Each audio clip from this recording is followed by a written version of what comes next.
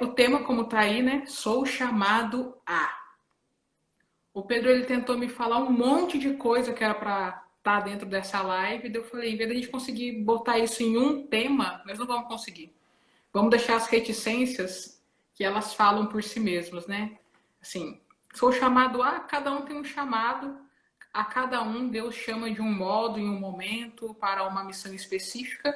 Então, hoje o que eu espero é conseguir ajudar vocês a darem passos a mais, de clarear esse discernimento quanto ao chamado, para aqueles que ainda não sabem, e aprofundar o daqueles que sabem, né? Então, para a gente começar a responder perguntas ou para a gente fazer afirmações com profundidade, com coerência, é sempre importante que a gente vá ao princípio da coisa.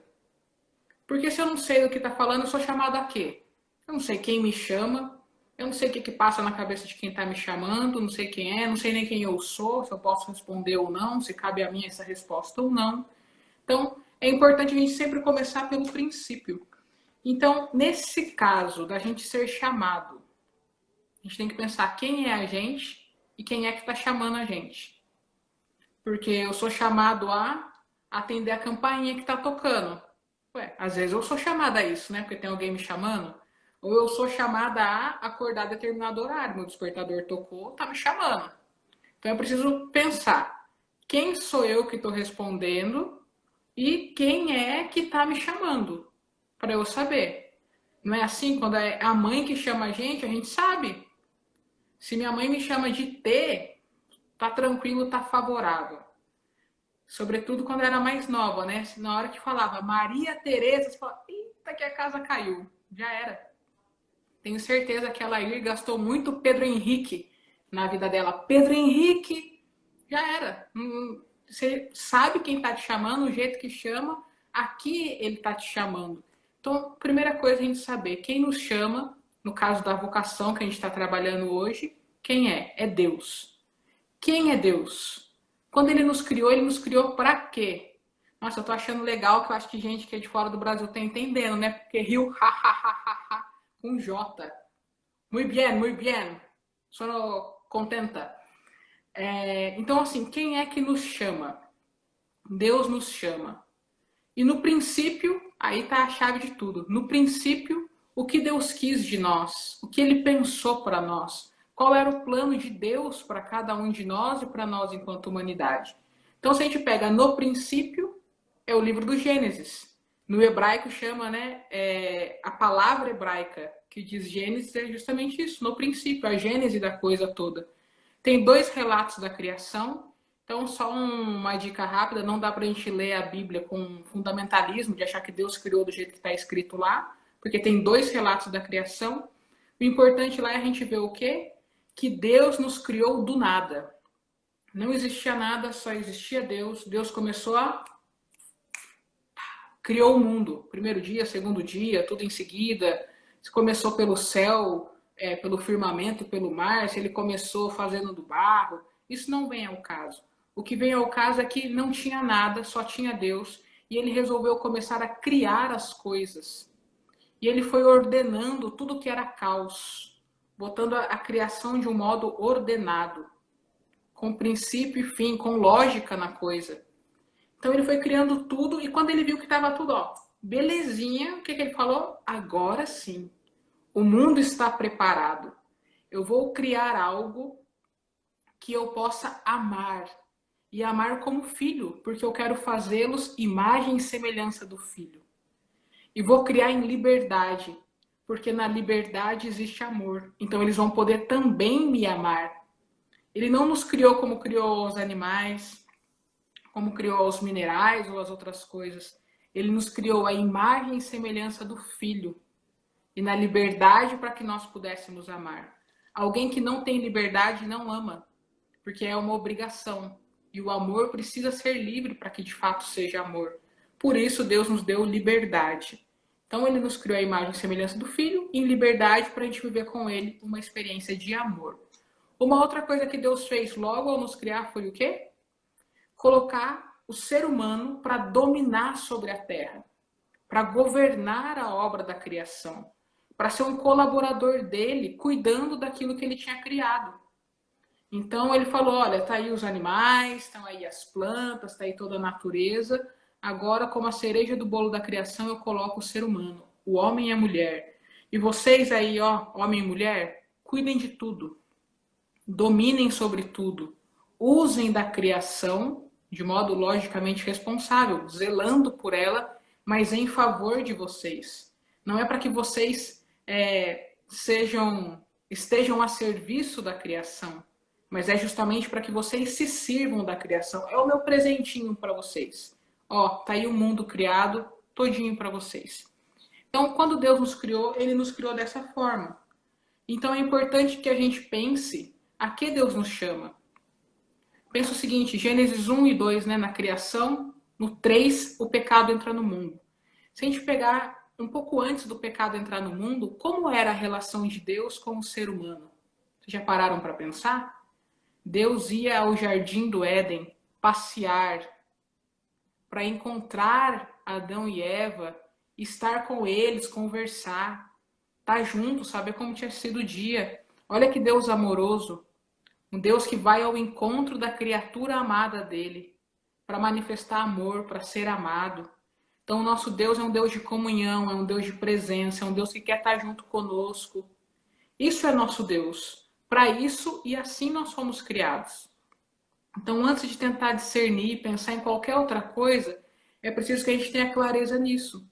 Senão a gente vai buscar pensar quem é que está me chamando? É um carrasco, não quero nem responder. Quem é que está me chamando? É um cara que quer se dar bem às minhas custas, quer que eu fique aqui trabalhando para ele nessa terra. Não vou responder, folgado pra caramba. Agora, se eu sei que quem está me chamando é um Deus que tudo pode, é um Deus que me ama, é um Deus que se faz presente na minha vida, é um Deus que vem ao meu encontro, eu falo, ouvi a tua voz, por isso estou aqui, senti o teu chamado, então me decidi. Porque se a gente ouve a voz de alguém que nos ama, é lógico que a gente vai dar uma atenção e tentar corresponder. Então, por isso, importante, primeira coisa, quem é o Deus que te chama? Quem é Deus para você? Você tem medo da voz de Deus? Qual é a sua relação com Deus? Você quer viver uma vida de amizade, de união com Deus realmente? Ou você vai nas coisas por medo? Nossa, se eu não for, né, ainda vai dar desgraça na minha vida. Ele vai, sei lá, brigar comigo, me castigar, então eu tô aqui. Isso influencia muito o nosso modo de responder à nossa vocação.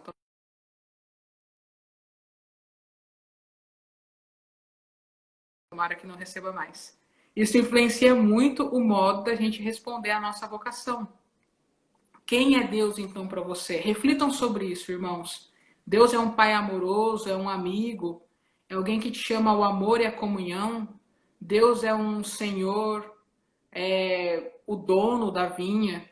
Somente essas figuras de autoridade, é um Deus distante. Tudo isso vai influenciar muito no modo de você responder à sua vocação. Uma segunda questão é então agora refletir. Quem sou eu na obra da criação a quem Deus está chamando? Então, eu fui criada à imagem e semelhança do Filho. Eu fui criada para dominar sobre todas as coisas criadas. A mulher, enquanto ser humano, foi chamada a uma união de amor com o homem para revelar aquilo que a Santíssima Trindade vive no céu, de amor perfeito, em comunhão, fecundo, fiel, livre. Toda mulher é chamada a isso com um homem, todo homem é chamado a isso com uma mulher, como uma forma de que juntos possam revelar o amor de Deus ao mundo. A mulher sozinha não consegue revelar a totalidade do amor de Deus ao mundo. Do contrário, nós não diríamos Deus é um pai. Pai é uma figura masculina. Mas o homem também não consegue em si mesmo revelar tudo o que é o amor de Deus ao mundo. Porque Deus nos ama com um amor de mãe, um amor de entranhas, de quem gera, de quem dá a vida. Então a gente precisa sempre da dimensão feminina e masculina para que o amor de Deus seja revelado a nós no mundo. Então isso é uma questão muito importante da gente entender. Homem e mulher têm esse chamado de revelar o amor de Deus ao mundo. E se unem para que façam isso de modo mais perfeito. Então, quando a gente olha para um casal casado, o que a gente tem que pensar, né? Ai, que romântico, que lindo. Tem que falar, meu Deus do céu, o céu é isso. É um amor pleno, perfeito, que envolve, que acompanha, que gera fruto, que sustenta. É isso que eu vou viver no céu com Deus. Então, isso tem que ser o nosso olhar, entender o que Deus me chama a viver. O que pode ser o projeto de Deus de amor e comunhão com Ele para que eu viva aqui agora. Uma outra realidade qual que é? No meu caso, eu sou celibatária. Ah, então deu erro, né? O projeto de Deus já era, porque Deus chamou para revelar assim e sou do contra. Não. Justamente, eu quero antecipar aqui, ser um sinal daquilo que todo mundo vai viver no céu. Ainda que aqui na terra vivam o matrimônio, é importante que homem e mulher se lembrem que no céu o esposo é Jesus e nós seremos desposados por ele. Então, quando as pessoas olham para os celibatários, para os religiosos, para os padres, tem que lembrar o quê? Meu matrimônio aqui é maravilhoso. Me lembra o que eu vou viver no céu com Jesus, mas no céu vai ser só com Jesus. Que bom que tem um celibatário aqui do meu lado me lembrando disso. Então a gente tem que entender que não é só questão, é porque eu não sei não estar com alguém, então eu tenho que casar. Ah, não, eu nunca consegui arranjar ninguém para me amarrar, nunca ninguém me quis, ou eu tenho medo de me abrir ao amor, então eu vou ser padre, vou ser celibatário, vou ser freira. Não. Deus não chama ninguém com essa. Não deu certo e um vai para outro. Não, Deus chama para um projeto de amor com Ele. E qual é o projeto de amor que Deus te chama a viver com Ele? De que modo você vai revelar o amor dele, da Trindade aqui ao mundo? E eu queria aqui ler uma frase do Papa Francisco, no documento dele, onde ele fala sobre a santidade. Gaudete et exultate. Alegria e alguma coisa. Esqueci agora, gente. Desculpa, o meu latim não está muito bom. No número 19, deixa eu achar aqui, o Papa fala o seguinte, olha que coisa mais linda o que ele diz. Para um cristão, não é possível imaginar a própria missão na Terra sem a conceber como um caminho de santidade. Porque esta é, na verdade, a vontade de Deus, a nossa santificação. E olha que incrível. Cada santo é uma missão, é um projeto que visa refletir e encarnar num momento determinado da história um aspecto do Evangelho. Olha isso que bonito. Então, o primeiro chamado que todos nós temos é a santidade. E o que é a santidade? É uma resposta generosa de amor que nós damos ao amor de Deus. Deus que me ama tanto, quando eu sou alcançada por esse amor, eu falo, é recíproco. Quero doar a minha vida também amando a Deus como Ele me ama. E daí eu vou procurar onde que eu posso amá-lo mais perfeitamente, mais intensamente, mais com tudo aquilo que eu sou. É a minha vivência de santidade. E daí, olha isso aqui que o Papa falou, que coisa mais linda, né? Cada santo é uma missão. Eu sei que o Grupo Kairos tem um grande DNA missioneiro. Então, cada santo é uma missão. Não necessariamente a missão é botar a mochila nas costas e ir anunciar. Todo santo está ali vivendo uma missão.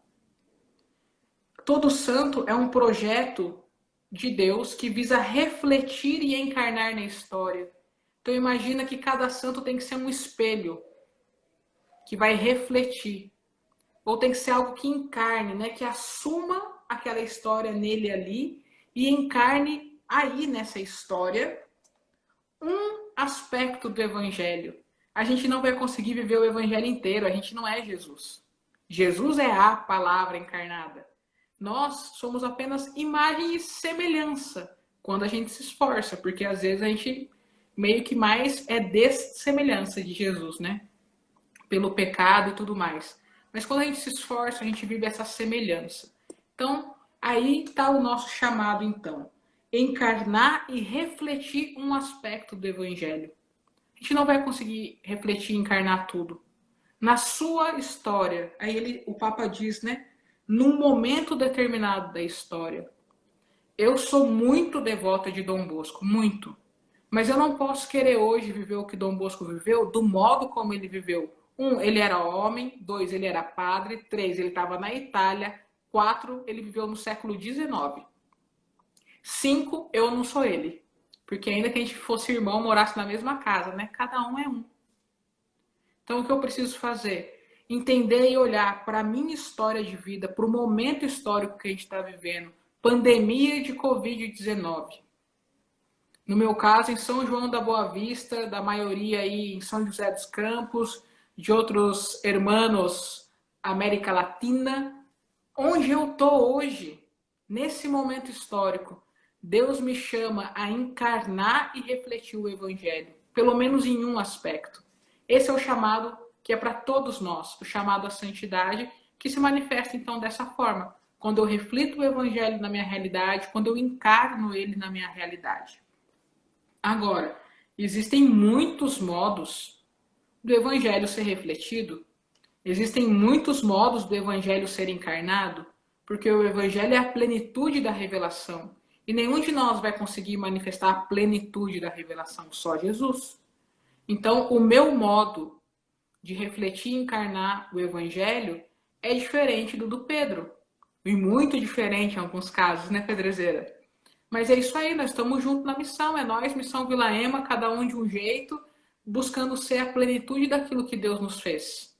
E tá certo, e é isso aí mesmo. Assim que deve ser. Então a gente tem que sempre ter isso em mente. Ainda que a gente seja iluminado por outros santos, pelo exemplo de vida deles, pelas obras que eles deixaram escritas, o hoje na história, o vamos ver, é onde eu tô. É do jeito que eu sou. E onde eu tô e como eu sou, eu dar uma resposta generosa de amor a Deus. Eu fazer as minhas escolhas não baseadas no meu umbigo, mas fazer as minhas escolhas baseadas no projeto amoroso de Deus, que quer viver em comunhão comigo e quer que eu o ajude a governar toda a obra criada e me quer sempre mais, então, aqui nesse contexto de agora, revelando o evangelho dele para outros, sendo luz no mundo também. Então é viver a comunhão, dominar sobre as coisas, né, criadas e poder testemunhar o amor dele para outros. Então, essa é a nossa base. A partir disso, então, é que a gente pode começar a pensar em uma realidade de discernimento vocacional e a vocação de um modo mais específico. Daí eu quero pegar aqui o outro documento que o Papa Francisco escreveu recentemente e que é sensacional, assim, gente. Ele escreveu para os jovens, né? Não sei quem já leu, quem conhece ou não. Depois do Sínodo dos Jovens, ele escreveu uma exortação apostólica que chama Christus Vivit, que quer dizer Cristo vive. São 9 capítulos, ele lançou há 1 ano e meio, mais ou menos, atrás. E o capítulo 8 e o capítulo 9 falam a respeito da vocação e do discernimento vocacional. E eu queria aqui lançar luz, né, para vocês, a partir do que o Papa disse, de como a gente tem que encarar o que é a vocação, para depois a gente caminhar para um discernimento. E ele fala o seguinte, a primeira coisa, no número 248, ele fala assim, a vocação é um chamado. Então a gente precisa saber quem é que está nos chamando. Está nos chamando para quê, não é mesmo? E a nossa visão, o nosso modo de entender o chamado de Deus tem que ser qual? O de que quem tem um amigo que está te chamando. Então ele parte dessa visão de Deus, ele está falando diretamente para os jovens, né? Deus é teu amigo. Quando um amigo seu te chama para um rolê, você dá atenção, não dá? Se você vai negar, você fala, putz, vacilo, os caras estão me chamando aqui, nem vou. Será que não dá para eu encaixar, de eu ir mesmo? A gente fica meio assim, né? Querendo estar junto com os amigos.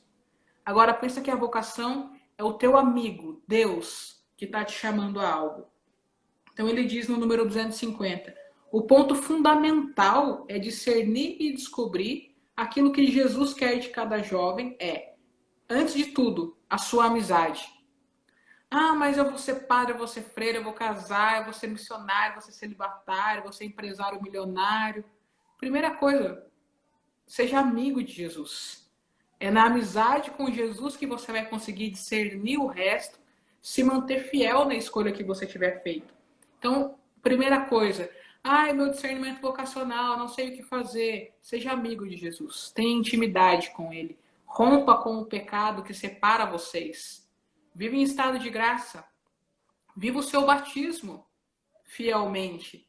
E a partir disso você vai ver as coisas clareando para que então você possa ter o discernimento sobre um aspecto específico do seu discernimento vocacional. E depois uma coisa que eu achei interessante também que o Papa fala, no número 253, ele diz o seguinte: o Senhor nos chama a participar da sua obra criadora, prestando a nossa contribuição para o bem comum com base nas capacidades que recebemos. Eu achei isso aqui interessante, por quê? Para partilhar com vocês. Porque muitas vezes a gente fica achando que há uma graduação nas vocações, né? Então o negócio funciona como? Ah, se o cara é padre é porque ele ama mais a Jesus. Ai, coitado, o Pedro fez educação física, começou um namoro que já achei que até que era casamento no civil. E coitado dele, né? Vai viver com isso. Feliz é quem foi ser padre, porque é mais digno do negócio. Não. A gente tem que pensar que Deus chama cada um de modo complementar nas coisas. Então, se tivessem só padres no mundo, como é que a sociedade ia evoluir? Quem é que ia cuidar da saúde das pessoas, da educação das pessoas, do desenvolvimento técnico das pessoas para o desenvolvimento do mundo? Quem que ia cuidar da alimentação, de tantas coisas? Então, o que a gente vê aqui que o Papa disse é o quê? Deus nos chama para colaborar com Ele no cuidado e desenvolvimento da obra da criação. Por isso a vocação familiar e a vocação profissional, como que você ganha a vida, como que você edifica o mundo, é também importante. A gente não deve ter preocupação somente com a dimensão espiritual, religiosa da nossa vocação. Ah, já discerni, vou casar, parei de pensar em vocação. Não.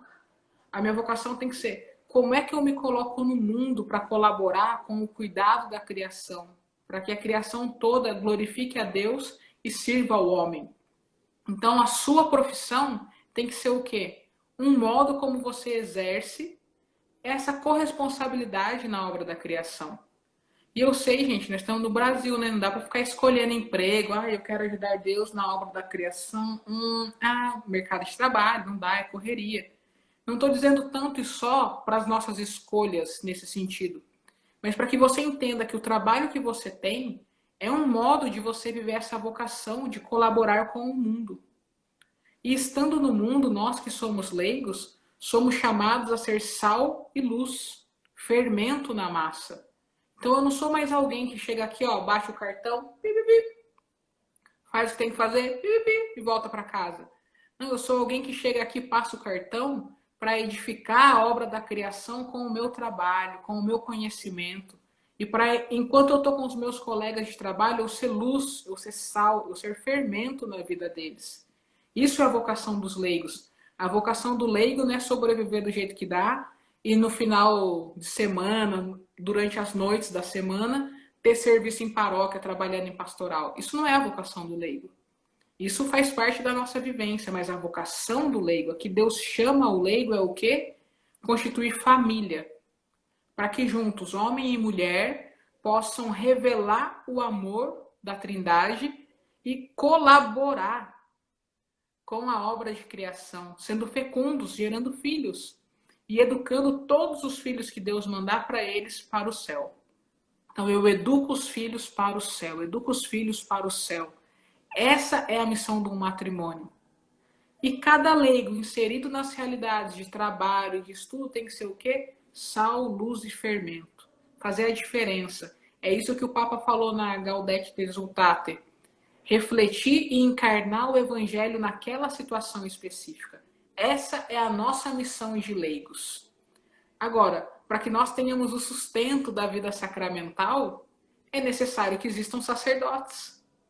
Como é que um leigo vai ser santo sem a reconciliação com Deus, sem a comunhão eucarística? Não vai dar, não vai ter força. Então nós temos necessidade desses homens que aceitam o desafio, a missão de se configurarem a Cristo, sumo sacerdote, eterno sacerdote, e que fazem da própria vida um sacrifício de amor a Deus e unido a Deus um sacrifício de amor ao próximo. Então, uma vida de doação, de doação, de doação. Essa é a vocação sacerdotal.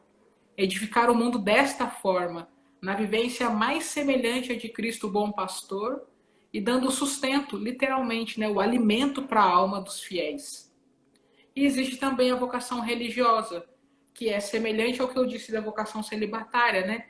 De já viver nesta terra o desposamento com o Cristo, que será o noivo e o esposo de todos nós durante toda a eternidade. E revelar, assim, esse desejo de que o outro se lembre que o céu é para todos nós. E de, renunciando a ter uma família, poder então se doar mais aos outros. Uma pessoa que é celibatária, que é religiosa, por não ter o compromisso com um esposo ou uma esposa, por não ter a responsabilidade de educar filhos próprios, né, biológicos, ela pode se doar de um modo diferente e mais intenso à missão. Então, por isso, o doar-se é mais intenso para todos. Por outro lado, os religiosos que são de clausura são o pulmão espiritual para todos nós. A gente tem que ir se virando, né, gente? Vai, ó, anel de terço, vai rezando, reza uma jaculatória ou outra, faz adoração passando na porta da igreja, né? Começa na esquina da igreja, faz o sinal da cruz, vai andando, ô Jesus, eu tô passando aqui correndo e pegar o ônibus. Amém, rezei. Mas quem está fazendo a outra parte é o nosso pulmão espiritual, que são os religiosos de clausura, uma vida dedicada à oração. Então, eu estou falando tudo isso para que a gente veja a beleza, a riqueza, a complementariedade das vocações. Não tem vocação maior ou menor, melhor ou pior. O que existe é o modo como Deus te convida a colaborar com o cuidado da criação e a revelar o amor dele ao mundo. Ser luz no mundo, ser sal da terra. E dessa forma, se doando, sendo luz, o que vai acontecer? Cada vez mais você vai viver a sua imagem e semelhança de Jesus. Porque a vida de Jesus foi uma vida de vir e revelar o amor do Pai. E revelar ao mundo aquilo que vai ser o céu. Quanto o reino de Deus é para nós e nós devemos buscar viver e aqui aquilo que já será lá com ele, né? Então, a gente tem que ter essa visão sobre a nossa vocação. E daí a gente vai ter que discernir. E na hora de discernir, se eu vou usar como parâmetro minha família quer ou não quer, se eu vou usar como parâmetro vou ter dinheiro ou não, se eu vou usar como parâmetro estar fora de moda ou não, será que eu vou me dar bem ou não, eu serei frustrado. Porque Deus não está nos chamando para o sucesso, para o êxito, para o dinheiro, para a admiração dos outros. Deus nos chama a uma vida de comunhão e amor com Ele, a uma vida de serviço ao próximo, a uma vida que glorifique a Deus, nosso Criador, e que nos ama, nosso Salvador. Então eu tenho que fazer como o meu discernimento? Como Deus me fez? Onde Deus me coloca hoje? Como aqui eu posso amá-lo de modo mais perfeito, encarnar e refletir o Evangelho? Me lembrei agora, muita gente é devota de Santa Giana Beretta Molla, né? Médica, mãe, e talvez nem todos saibam, mas antes dela namorar aquele que foi o esposo dela, o Pietro, ela queria ter vindo ser missionária no Brasil. É nós, Santa Giana, hein?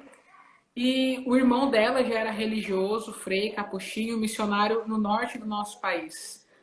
Então ela se correspondia muito com ele e sempre sabendo da missão, da missão, da missão, ela ficou muito desejosa de vir ser missionária no Brasil. E daí ela foi conversar com o diretor espiritual dela e também com o bispo dela. E eles falaram assim, Giana, a sua saúde não vai aguentar a missão no norte do Brasil. Você que vai sair do norte da Itália, que é o clima totalmente diferente, né? A região lá de Milão, neve, frio pra caramba, para ir pro Pará, pro Maranhão, você não vai aguentar. Mas ela já estava estudando português já para poder vir para a missão. E daí ela querendo vir, e eles falaram: quando Deus chama uma pessoa a algo, ele dá condição para que a pessoa corresponda. Se ele não está te dando condição de corresponder a ser missionária no Brasil, ele não te quer missionária no Brasil. Fica quieta aqui, casa, constitui uma família. Essa é a sua missão. Gente, olha que sensacional. A mulher, depois de um pouquinho disso aí, conheceu o Pietro numa festa de ordenação sacerdotal. Começaram a namorar, logo noivaram, se casaram. Tiveram 4 filhos. Ela faleceu, logicamente, né? Uma santa, então faleceu. Mas ela faleceu em decorrência ali, logo em seguida que a filha mais nova dela nasceu, né? Porque ela estava doente. E é uma santa mãe médica, hoje inspiração para tantas mulheres. Poderia ter sido turrona, né? E ter vindo aqui para o Brasil ser missionária e se distanciar, assim, do projeto de Deus para ela. Mas porque ela entendeu o conselho do diretor espiritual e do bispo de que a missão se dá conforme Deus nos permite. Não é conforme a gente quer e acha bonito. Hoje nós podemos dizer: Santa Giana Beretamola, rogai por nós. Mãe de família, médica, então uma profissional, né? Médica, rogai por nós. Uma esposa, rogai por nós. Seria muito diferente se ela tivesse sido turrona. Então, cada um de nós, quando for discernir a própria vocação, repensar as nossas escolhas, a gente tem que partir do amor de Deus, do revelar Deus ao mundo, e se a gente tem condição de abraçar aquilo. Nem todos os homens que querem muito servir a Deus dão conta de ser padre. Eu não estou dizendo dão conta porque são incapazes. Às vezes, eles não têm constituição humana, maturidade, saúde física para corresponder, intelectual. E tá tudo certo, gente. Pode ser santo sem ser padre. Pode ser celibatário, pode ser religioso, pode ser um pai de família. E tá tudo certo. O céu é para todos nós. Se Deus fez cada um de nós, Ele colocou em todos nós a potência da santidade, a capacidade para nós sermos santos. Então a gente não precisa ficar se pegando nos outros modelos de santidade. É como eu sou. Qual é a minha melhor resposta de amor a Deus? Como que eu posso chegar ao máximo do que eu sou, segundo o coração de Deus, que me fez para o amor, para a comunhão, para corresponder e colaborar aqui com a obra dele de criação, para revelá-lo ao mundo. Então, eu sou chamado ao amor de Deus, a encarnar e refletir o Evangelho nesta terra. E isso pode se dar no celibato, no matrimônio, na vida religiosa, na vida sacerdotal. Isso deve se dar também nas escolhas profissionais dos leigos. E é isso que nós somos chamados. É isso que eu queria falar com vocês. Eu vou colocar o Pedrezeira aqui de volta, para ver se ele quer encerrar algo. Não sei se alguém tem algo a comentar. Eu não fiquei lendo os comentários aqui enquanto eu falava, senão eu ia me distrair, não ia dar tempo. Tem o Zoom daqui a pouco também para partilha, né? Então não sei se ninguém vai falar nada aqui para falar lá. Mas de qualquer forma, é isso que eu queria dizer para vocês. E só enquanto o Pedro não entra aí, vocês devem ter visto que no começo, né? Vou virar a câmera aqui de novo, ver se eu consigo certinho. Eu coloquei. Peraí, Pedrezeira, aguenta a mão. Pode finalizar isso. Uma Santa Terezinha religiosa, certo? E daí o outro santo que eu achei do tamanho meio dela é um São Peregrino. Religioso, então padre aqui. E coloquei atrás o quadro do Luigi e da Maria Beltrame Patroque. Ele, um advogado, ela, uma escritora. Pais de família, com 4 filhos, apaixonados um pelo outro, com tudo aquilo que a gente está acostumado a ver os casais viverem, né? De busca de comunhão, de estar junto, a parte romântica da vida, os desafios, a companhia, a educação dos filhos, o morarem junto com os pais e os avós dela, toda essa vida familiar. E esses aí são o primeiro casal da história da igreja a ter sido beatificado juntos. Depois deles veio o casal Martin, né, os pais de Santa Terezinha. Mas eles foram os primeiros. Se a gente for pegar para ver a vida, totalmente leiga. Então, na hora que eu comecei, eu coloquei aqui, né, a imagem deles, para não ficar eu à toa aqui, esperando começar. Mas é o quê? São os religiosos, celibatários e os casais, todos chamados à santidade.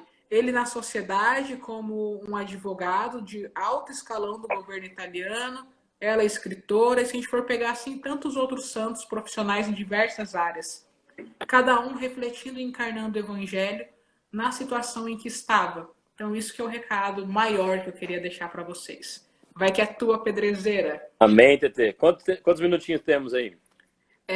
11h30. Ah, não, tá tranquilo então. Para fechar esse tema, TT, acho que é muito interessante a gente comentar também. Às vezes as pessoas, não sei, tá solteira, estão estudando, estão trabalhando, não pensa, né? Nunca perguntou para Deus, Senhor, o que o Senhor quer de mim? Porque, primeiro, às vezes a gente tem medo do que aquilo Deus pode falar.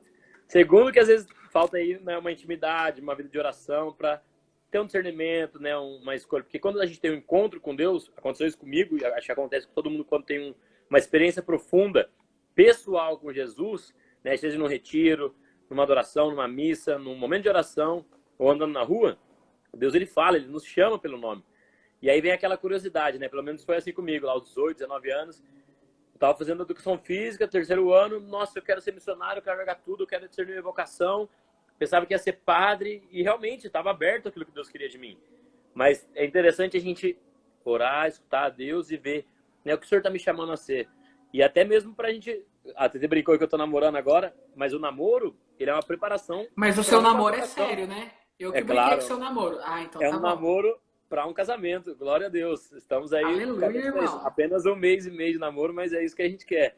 Então, assim, eu acho que é muito importante, gente, seja você que está solteiro, está namorando, não importa, você que já é casado, está escutando essa live, a vocação, né, seja ela profissional, viver a santidade dentro da sua vocação profissional, viver a vocação como filho, como pai, como esposo, né? Então, todas as áreas da nossa vida é muito importante entregar para Deus. Né? Então, esse chamado à santidade é para todos, né? A igreja fala que somos chamados a ser discípulos em missão. Então, para a gente poder dar um bom testemunho, responder a Deus, fazer algo bom para a sociedade, nós temos que entender aquilo que Deus quer de nós.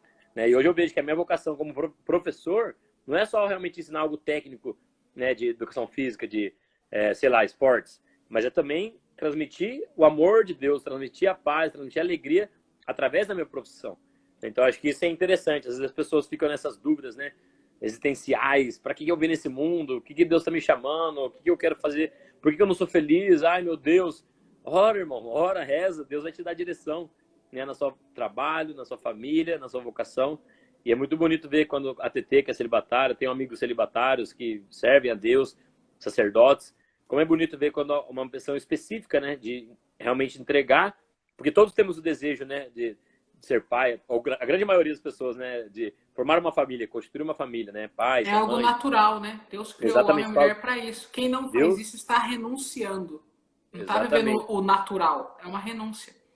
Deus disse, né, crescer e multiplicar. E muita gente não entende a igreja católica e fala, ah, os padres deviam casar. Gente, para mim é muito claro isso. O padre, ele cuida das coisas do Senhor. A confissão, a missa, ele tem 1000 filhos, mais de 1000 filhos por paróquia.